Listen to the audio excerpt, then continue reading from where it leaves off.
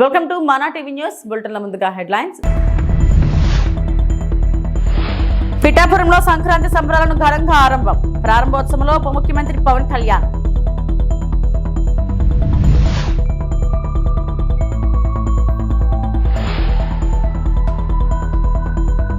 Pune public policy festival 2026లో పాల్గొన్న విద్యా ఐటీ శాఖల మంత్రి నారా లోకేష్.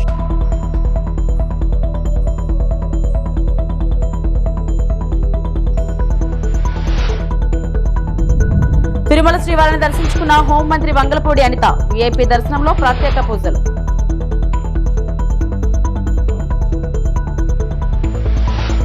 పిఠాపురంలో ఏ చిన్న సంఘటన జరిగినా వైరల్ చేస్తున్నారని AP deputy CM Pawan Kalyan అన్నారు. పిఠాపురంలో కాకి ఈకపడినా ఏదో జరిగిందని ప్రచారం చేస్తున్నారని అసహనం వ్యక్తం చేశారు. అవాస్తవాలను వైరల్ చేయడం మానుకోవాలని హితవు పలికారు. పిఠాపురంలో నిర్వహించిన పేరికాపుర సంక్రాంతి మహోత్సవాల కార్యక్రమంలో ఆయన మాట్లాడారు. పిఠాపురం సంక్రాంతి ఉత్సవాలకు చిరునామా కావాలి. ఈ పండుగ అన్ని మతాలు జరుపుకునే స్థాయికి ఎదగాలి. తెలంగాణకు ఆంధ్ర ప్రాంత ప్రజల ప్రేమను తీసుకెళ్లాలి. అక్కడి సోదరీమణులను సంక్రాంతికి ఆహ్వానించి వారికి గోదావరి జలాల ఆతిథ్యాన్ని రుచి చూపాలి. సంక్రాంతి అంటే కోడి పందాలు, జూదాలు మాత్రమే కాదు. ఈ సరదాలను నేను కాదనడం లేదు. చేసేవాళ్ళు చేసుకోండి, కానీ వాటికే పరిమితం కాకూడదని అన్నారు. పండుగ చూస్తామంటే ఏం మాట్లాడాలనుకుంటామంటే, ఓ పిడికిడు గింజలు పండించడం చాలా కష్టమైన పని. అదే పిడికిడికి ఒక చేతికొచ్చిన పంటని నేల రాసేయడం చాలా తేలిక. ఒక అలయన్స్ని నిర్మించడం చాలా కష్టం. అందరినీ ఏకతాటిపైన తీసుకురావడం చాలా కష్టం. కేంద్ర నాయకత్వం దగ్గర నుంచి రాష్ట్ర నాయకత్వం ఎంత కష్టపడి పట్టుకెళ్తుంటే దాన్ని చెడగొట్టడం చాలా తేలిక, చాలా తేలిక. సంక్రాంతి మనం చెప్తుంది ఏంటంటే, ఒక చేతికి ఒక కష్టపడి సంవత్సరం ఒక 6 నెలలు కష్టపడి 4 నెలలు కష్టపడి పంట చేతికి వస్తే ఆనందం తాలూకు నిదర్శనమే సంక్రాంతి పండగ. మనకి ధాన్యం వచ్చింది, ధాన్యం అమ్మగా డబ్బులు వచ్చినాయి. ఈ రోజున మన హరిదాసులు కానీ ఇంతమంది జానపద కళాకారులకు కానీ మనం ఎందుకు ఇస్తాము ఇవన్నీ అంటే, మా దగ్గర అబండెన్స్ ఉంది. మాకు ఒక 10 బస్తాలు పంట ఉంటే మేము 2 బస్తాలు పంచుతామని చెప్పడానికి. అది సంక్రాంతి తాలూకు నిదర్శనం. అంటే అలాగా మీరు ఇందాక మంత్రివర్యులు నారాయణ గారు చెప్తా ఉన్నారు, ఇంకా ప్రపంచంలో ఏ నియోజకవర్గం ఇంకెక్కడా రాదు అని ఏది జరుగు. ఇక్కడ కొబ్బరాకు పడ్డా కానీ పిఠాపురంలో చాలా దారుణం జరిగిపోయింది. ఒక తాటాకు అక్కడ ఉన్న తాటాకు ఊడిపడిపోతే అమ్మా చాలా దారుణం జరిగిపోయింది. మరి గత ప్రభుత్వ నాయకులను అడగండి, వాళ్ళ నియోజకవర్గం అసలు న్యూస్ ఉంటుందా? ఏం జరుగుతుందో కూడా తెలియదు మీకు. పిఠాపురంలో చిన్న చెట్టు మీద వాళ్ళున్న పక్షి ఈక పడినా కానీ అయ్యా బాబోయ్ పక్షుడు అంటే ఇది ఎవరిస్తున్నారు మీకు? బలం ఎవరిస్తున్నారు? మీరిస్తున్నారు. చెడు వార్తలకి మీరిస్తున్నారు బలం. కనిపిస్తానో మెత్తగా కనిపిస్తానో అది తెలియదు, కానీ నా గట్టిదనం వాళ్ళకి తెలియదు. అంటే మీరు మొండి పట్టు పడితే, మీరు గొడవ పెట్టుకోవాలనుకుంటే నేను సంసిద్ధంగా ఉన్నాను, ఎప్పుడైనా గొడవ పెట్టుకోను. దానికి నా దగ్గర కొదవ లేదు, ఆ శక్తి కొదవ లేదు. కానీ ఏంటంటే, యుద్ధం ఎందుకు భరిస్తాడు? ఎవడైనా తిడతా ఉంటే బలం ఉన్నాడు భరిస్తాడు, బలహీనుడే ఎదురు తిరుగుతాడు.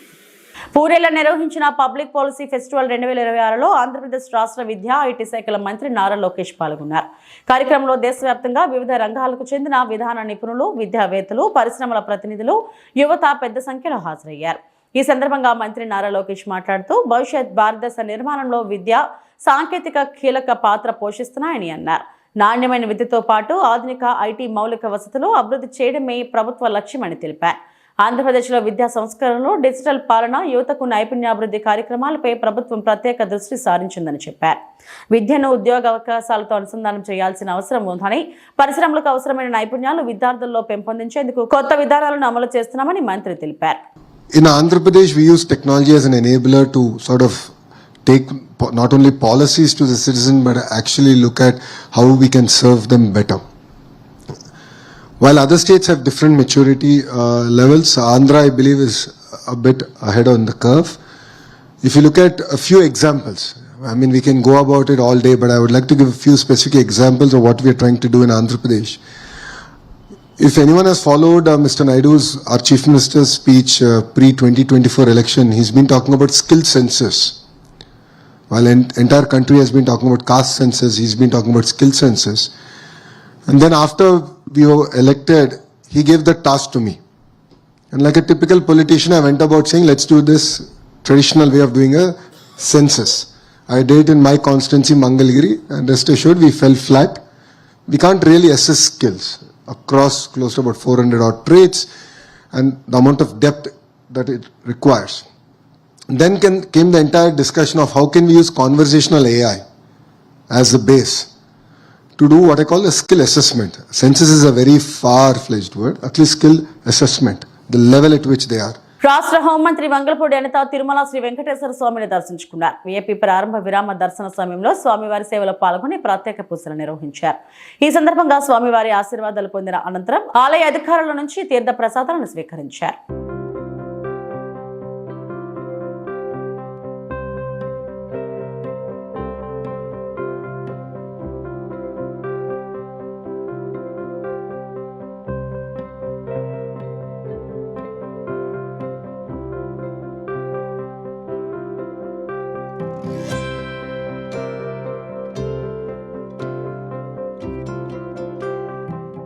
హైకోర్టు న్యాయమూర్తి జస్టిస్ మల్లికార్జునరావు న్యాయ వ్యవస్థపై చెరగని ముద్ర వేశారని సీజే ధీరజ్ సింగ్ ఠాకూర్ అన్నారు.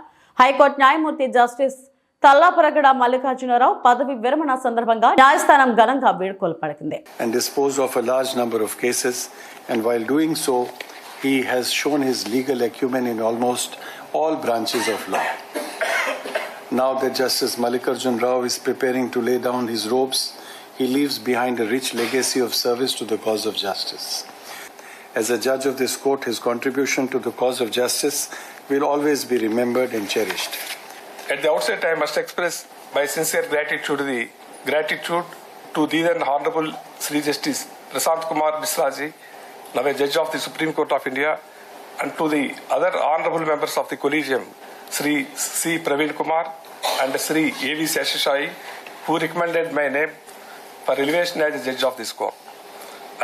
I have also received exemplary support and cooperation from Honorable the Chief Justice Sri Dheeraj Singh Thakur ji. To be very honest, I never expected to become a judge of this court.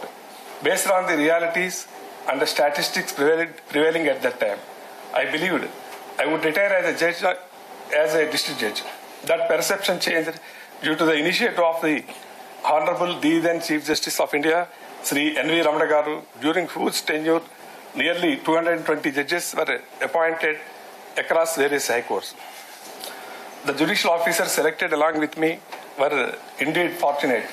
7 members among us, ranging from the first to the last of our batch, had the opportunity to serve this court, which is a rare moment in the history. Visakha జిల్లా incharge మంత్రి డోలా శ్రీ బాల వీరాంజనేయ స్వామి అధ్యక్షతన collectorate meeting హాల్లో జిల్లా సమీక్షా మండలి సమావేశం ప్రారంభమైంది. ఈ సమావేశంలో ప్రభుత్వ విప్ గణబాబు, ఎంపీ శ్రీభరత్, నగర mayor Peela Srinivasarao, VMRDA chairman Pranav Gopal, MLC Varadu Kalyani పాల్గొన్నారు.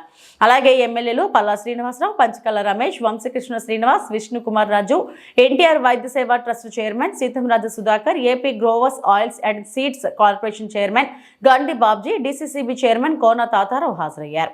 జిల్లా collector MN Harinder Prasad, DCP Mary Prashanthi, GVMC commissioner Ketan Garg, VMRDA commissioner Tej Bharat, joint collector K Mayur Ashok, Visakha మరియు భీమిలి ఆర్డీఓలు సుధా సాగర్ తదితరులు పాల్గొన్నారు.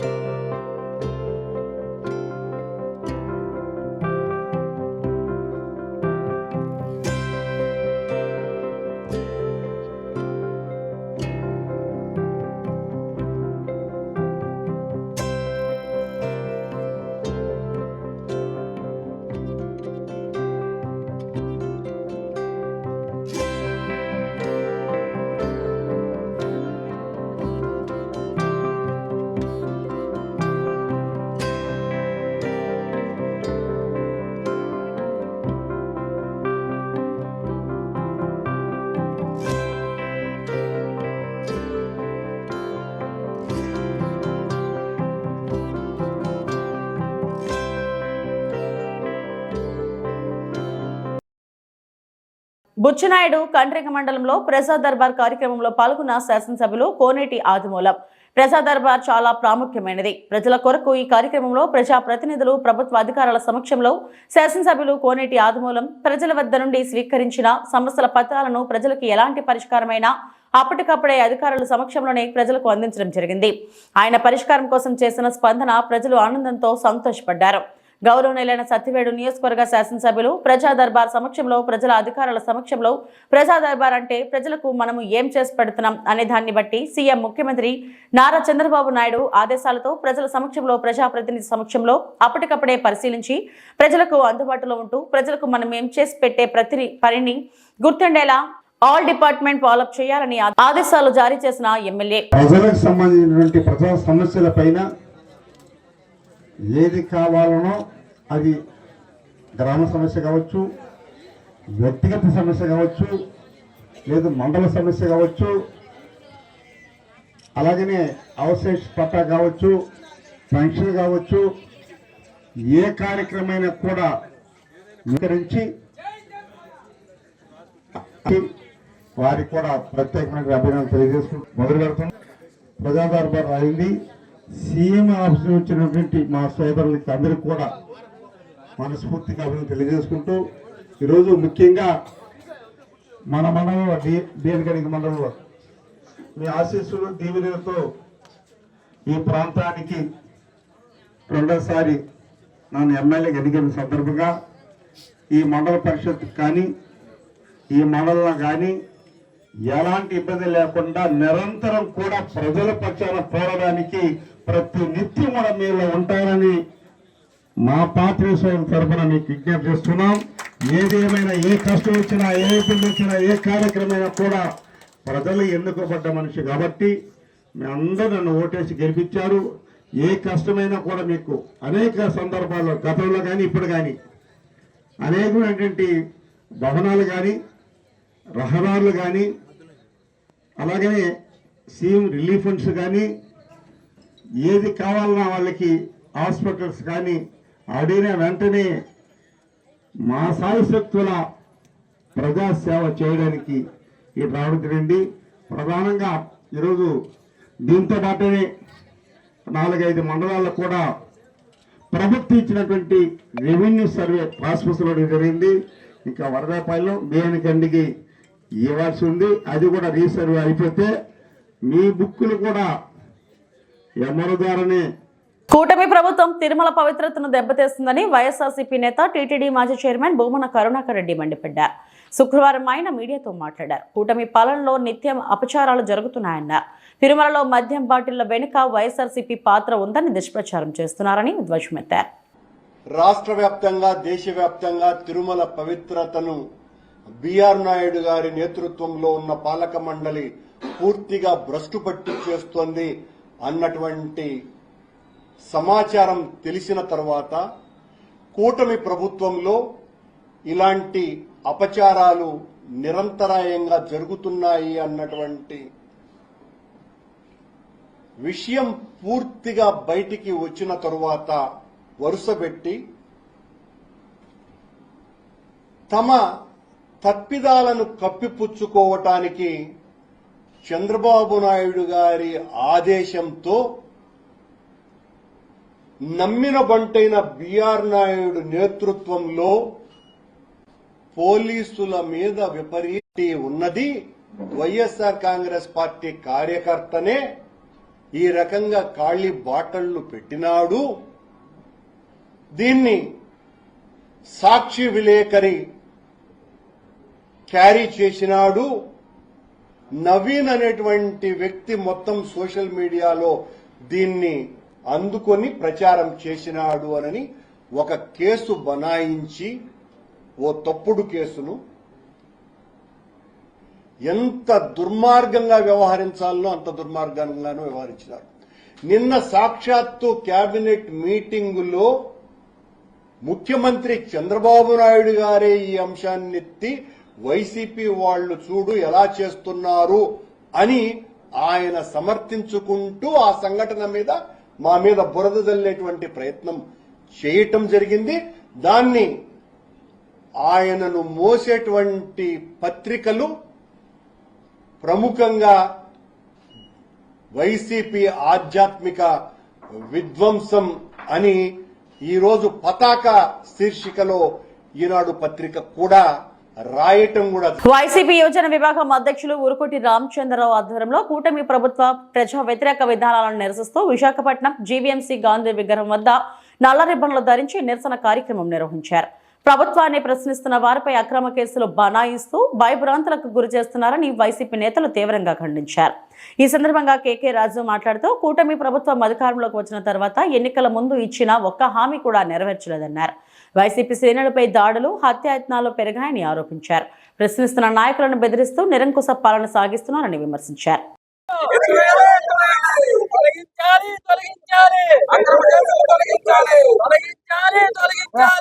మన దొడ్డి కిరణ్, అదేవిధంగా working president state student wing working president Srivastava, Imran, అదేవిధంగా ఇమ్రాన్ అధికార ప్రతినిధి, అదేవిధంగా మా తరుణ్, బాణాల తరుణ్, వీళ్ళందరూ ఆధ్వర్యంలో జరగడం జరిగింది. ఈ కార్యక్రమంలో పాల్గొన్న ప్రతి ఒక్కరికి, ముఖ్యంగా మా సమన్వయకర్త తూర్పు నియోజకవర్గ సమన్వయకర్త ముల్లప్పారావు గారికి, గాజువాక సమన్వయకర్త దేవన్ రెడ్డి గారికి, సీనియర్ నాయకులు రెడ్డి గారికి, ఇతర ప్రతి ఒక్కరికి కూడా, ఇతర అనుబంధ సంఘాల అధ్యక్షులకి, నాయకులకి అందరూ కూడా ధన్యవాదాలు తెలియజేస్తూ, ఇప్పటికైనా మీరు ఒక్కసారి కళ్ళు తెరిచి అంబేద్కర్ గారి రాజ్యాంగాన్ని ప్రకారం పరిపాలిస్తున్నారా, రెడ్ బుక్ పేరుతో రెడ్ బుక్ రాజ్యాంగాన్ని పరిపాలిస్తున్నారా, ఇది ప్రజాస్వామ్యంలో తగున అని మిమ్మల్ని మీరు ప్రశ్నించుకోకపోతే మీరు కూడా ఇదే పరిస్థితుల్ని, దీనికి రెట్టింపు పరిస్థితుల్ని భవిష్యత్తులో ప్రజల దగ్గర నుంచి, పార్టీ పరంగా కాదు, ప్రజలే మిమ్మల్ని తిరస్కరించి, ప్రజలే నడి రోడ్డు మీద మిమ్మల్ని నిలబెట్టి, ప్రజలే మిమ్మల్ని రేపొద్దున మీకు తగిన శాస్తి చెప్పే పరిస్థితులు వస్తాయని ఈ కూటమి నాయకుల్ని ఇలాంటి తప్పుడు కేసులు బనాయించొద్దని డిమాండ్ చేస్తాం. ఇచ్చిన డబ్బులు తిరిగి అడిగినందుకే తనపై దౌర్జన్యం చేసి అక్రమ కేసులు పెట్టించారని సీతారామపురం గ్రామానికి చెందిన నిర్మల తీవ్ర ఆవేదన వ్యక్తం చేశారు. రేణిగుంట పట్టణంలోని రేణిగుంట ప్రెస్ క్లబ్ అసోసియేషన్ లో ఆమె మీడియాతో మాట్లాడారు. నిర్మల తెలిపిన వివరాల ప్రకారం తారక రామానగర్ సుందరయ్య కాలనీకి చెందిన దీపాకు అదే గ్రామానికి చెందిన రాజశేఖర్ పూచితో దాదాపు 3 సంవత్సరాల క్రితం 10 లక్షల నగదు ఇచ్చానని అన్నారు. ఆపదలో ఉన్నారని నమ్మి కష్టపడి సంపాదించిన తన సొమ్మును ఇచ్చారని తెలిపారు. సంబంధిత అధికారులు జోక్యం చేసుకుని తనకు న్యాయం చేయాలని ఆమె మీడియా ముఖంగా విజ్ఞప్తి చేశారు. దీప ఫ్రాడ్ చేసినారు సార్. దీంట్లో నాకు డబ్బు కొంచెము ఫోన్పే చేశారు, అది ప్రూఫ్ ఉంది. అది పోను నాకు డబ్బు అని ఇవ్వండి, ఇల్లన్న ఖాళీ చేయండి అంటే ఏది చేయకోకుండా వాళ్ళ కుమ్మక్కయ్యి డబ్బు ఎగ్గొట్టేదానికి ప్లాన్ వేసేసారు అందరూ. ఇప్పుడు 1,00,000 రూపాయలు నాకు ఒక పెద్ద మనిషి ద్వారా ఇచ్చినప్పుడు 9 లక్షల డబ్బు ఏ పెద్ద మనిషిని పెట్టుకోకుండా ఎవరు ఇవ్వరు కదా సార్. వాళ్ళు ఎవరు ముందు నాకు ఇవ్వలేదు సార్ డబ్బు. కానీ వాళ్ళందరూ ఒకే మాట మాట్లాడతారు, మేము ఇచ్చేసాము, ఆమె మాకు పత్రాలు ఇవ్వలేదు, పత్రాలు అడిగితే మమ్మల్ని కొట్టేకొచ్చింది, చింపేకొచ్చింది అంటే ఏం జరగలేదు సార్. అవన్నీ ఎన్నిసార్లు వెళ్ళినా తాగి దీప భర్త అయితే కత్తుళ్ళు గొడ్డల్లో అవి ఎత్తుకొని వచ్చి బూత్ మాటలన్నీ మాట్లాడతారు సార్. ఏ లంచి చెప్పింది, ఏ నా కొడుకు చెప్పాడు, ఇవ్వను నేను, ఎవరిని తోడుకొస్తావో తోడుకోరాపో, ఏం చేసుకుంటావో చేసుకోపో అని.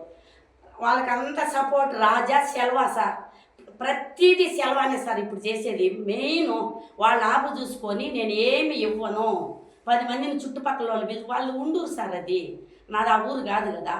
నేను డబ్బు ఇచ్చే వరకే వాళ్ళు నా కాళ్ళు పట్టుకొని నాకు అంత ఇది చేసినారు. డబ్బు తీసుకున్నాక ఇప్పుడు ఇంటికి వెళ్తే కొడతామంటారు, మా ఇంటికి వచ్చితే నేను అంత చూస్తాము. మేము పార్టీలో ఉన్నాము, మేము సిపిఎం పార్టీలో ఉన్నాము, నేను ఆటో యూనియన్ లీడర్ని. ఏం నా బొచ్చు కూడా ఏరే వాళ్ళతో నా బొచ్చు కూడా పీక్కోలేదు. అది నా ప్రూఫ్స్ ఏం లేవు దాని దగ్గర అని ఆమె చెప్పిన వాళ్ళు చాలామంది ఉన్నారు సార్. ఆ పేర్లు చెప్తే మళ్ళీ మనం ఎందుకనేది నేను గమ్ముకుండా ఇన్ని రోజుల నుంచి. ఏరే వ్యక్తిని మాత్రం నేను కొంచెం తప్పుడు మాటలు మాట్లాడింది నిజమే, అది దీపాన్ని కాదు. నా డబ్బు పోయిన బాధలో ఆమె వేరే ఆమెను మాట్లాడినా, వీళ్ళకి మాట్లాడలేదు. ఏం సార్ ఇంకా నేను ఆత్మహత్య చేసుకునే అంత పరిస్థితి వచ్చింది సార్. ఉన్నిందంతా ఎత్తుకుపోయి ఆడ పెట్టాను. ఎత్తితే ఏం లేదు సార్, పార్టీలో ఉన్నాము, ధర్నా చేస్తాము, నీ కథ చూస్తాము. ఏం సార్ పార్టీ సిపిఎం పార్టీలో మంచి వాళ్ళు ఉన్నారు కదా, మోసం చేయమని చెప్తుందా, ఎగ్గొట్టమని చెప్తుందా? డబ్బు లేదు కదా. నేను ఇంత సంపాదించి మీరు మా ఇంటికి వచ్చి తీసుకొని నా డబ్బు నేను అడిగేకి వస్తే నన్ను కొట్టేకి వస్తున్నారు సార్ వాళ్ళు. ఎక్కడ న్యాయం సార్ ఇది? సిపిఎం పార్టీలో ఉంటే అన్యాయం చేయమని చెప్పారా సార్ పార్టీ వాళ్ళు? చెప్పరు కదా. వాళ్ళు చేసే ఫ్రాడ్లు అన్నీ బయట చూపిస్తామని. చూడు సార్, నేను ఇచ్చిన డబ్బు చూడు సార్ వెంచుకుంటున్నారు. ఒకేసారి లక్షలు ఎత్తుకోమని ఇచ్చినాను సార్ వీళ్ళని నమ్మి. చూడు సార్ ఫోటోలు ఎన్నోనే చూడు సార్ తీసుకున్న ఫోటోలు అందరికి ఇచ్చినా సార్. ఆడ అందరికి నామిని ఏమే సార్. ఎన్నికల సమయంలో ఇచ్చిన హామీలను నెరవేర్చుకుంటే కేసులు పెడతారా అంటూ అనంతపురం నగరంలోని అంబేద్కర్ విగ్రహం ఎదుట ఐక్య విద్యార్థి సంఘాల నాయకులు వైఎస్ఆర్ కాంగ్రెస్ పార్టీ యువజన విభాగం ఆధ్వర్యంలో నిరసన కార్యక్రమాన్ని నిర్వహించారు. ఈ సందర్భంగా పెద్ద ఎత్తున కూటమి ప్రభుత్వం కక్ష సాధింపు చర్యలకు దిగుతోందని, అక్రమంగా కేసులు పెట్టి అరెస్టు చేస్తుందని మండిపడ్డారు. ఈ సందర్భంగా ఎన్డీఏ ప్రభుత్వంపై పోరాటం చేస్తామని వారు హెచ్చరించారు. ఇప్పుడున్నటువంటి ముఖ్యమైన మంత్రి నారా లోకేష్ గారు యువగలం పాదయాత్రలో విద్యార్థులకు, యువతకు, ఇక్కడ ఉన్నటువంటి నిరుద్యోగులకు విచ్చలవిడిగా ఊకదంపుడు ఉపన్యాసాలు చెప్తూ సందు గొంతు తిరుగుతూ విద్యారంగాన్ని పూర్తి స్థాయిలో అభివృద్ధి చేస్తాం, నిరుద్యోగులని విచ్చలవిడిగా ఇష్టం వచ్చినట్టుగా మరి ఊకదంపుడు ఉపన్యాసాలు చెప్పి ఈరోజు అధికారం లేకొచ్చిన తర్వాత మాకు ఇస్తానన్నటువంటి హామీలు అమలు చేయ అని విద్యార్థులు, యువతులు రోడ్డు మీద పోరాటం చేస్తూ ఉంటే వాళ్ళ మీద కేసులు కడుతూ రౌడీ షీట్లు ఓపెన్ చేస్తూ అదేంటి ఉడత ఊపులకు బెదిరిపోయేటువంటి పరిస్థితుల్లో మరి విద్యార్థులు, యువకులు ఇక్కడ లేరు. దయచేసి ముఖ్యమైన మంత్రి గారు ఇప్పటికైనా 2 సంవత్సరాల కాలం గడిచింది. మరి ప్రతి సంవత్సరం జనవరిలో నోటిఫికేషన్ ఇస్తానన్నా 2 జనవరిలు పోయినాయి. ఇప్పటి వరకు దాని గురించి ఊసే లేదు. మరి ఉద్యోగాల కల్పన లేకోకుండా, నిరుద్యోగులకు ఉద్యోగ అవకాశాలు లేకుండా ఎక్కడో వేల కోట్ల రూపాయల పెట్టుబడులు తీసుకొచ్చి విశాఖపట్నంలో లక్షల కోట్ల రూపాయల పెట్టుబడులు పెడతానని చెప్తా ఉన్నాం. ఇప్పటి వరకు 2 సంవత్సరాల కాలంలో 100 కంపెనీలు పెట్టుబడులు పెట్టే, వేల కోట్లు పెట్టుబడి పెట్టాయని చెప్తా ఉన్నాం. ఒక్క ఉద్యోగం కల్పించినటువంటి దాఖలాలు ఉన్నాయని చెప్పి ఎన్ఎస్యుఐగా అడుగుతా ఉన్నాం. అదే రకంగా విద్యారంగంలో పెండింగ్ లో ఉన్నటువంటి స్కాలర్షిప్లు, విద్యార్థులకు ఇవ్వాల్సినటువంటి మెస్ కార్పొరేట్ ఛార్జీలు, మరి అదే రకంగా విద్యారంగంలో ఈ రకమైనటువంటి విధానాలను వ్యతిరేకిస్తూ మరి విచ్చలవిడిగా మీరు చేస్తున్నటువంటి దోపిడీ దౌర్జన్యాలకు వ్యతిరేకంగా పోరాటం చేస్తూ ఉన్నటువంటి విద్యార్థి నాయకుల మీద, యువకుల మీద రౌడీ షీట్లు ఓపెన్ చేస్తే బెదిరిపోయేటువంటి పరిస్థితి లేదు. మరింత ఉధృతంగా ఈ రాష్ట్ర వ్యాప్తంగా విద్యార్థి లోకం, యువజన లోకం పెద్ద ఎత్తున కదం తొక్కుతూ మీ ప్రభుత్వాన్ని కూల్చడానికి సిద్ధం అవుతా ఉందని చెప్పి ఎన్ఎస్యుగా హెచ్చరిస్తా ఉన్నాం. ఈ 18 నెలల కాలంలో అంబేద్కర్ గారి రాజ్యాంగం కాకుండా రెడ్ బుక్ రాజ్యాంగం నడుస్తూ ఉంది. గత ఎలక్షన్ ముందర అధికారం కోసం యువతకి అదేవిధంగా విద్యార్థులకి అనేక హామీలు ఇచ్చి ఈరోజు అధికారంలో రావడం జరిగింది.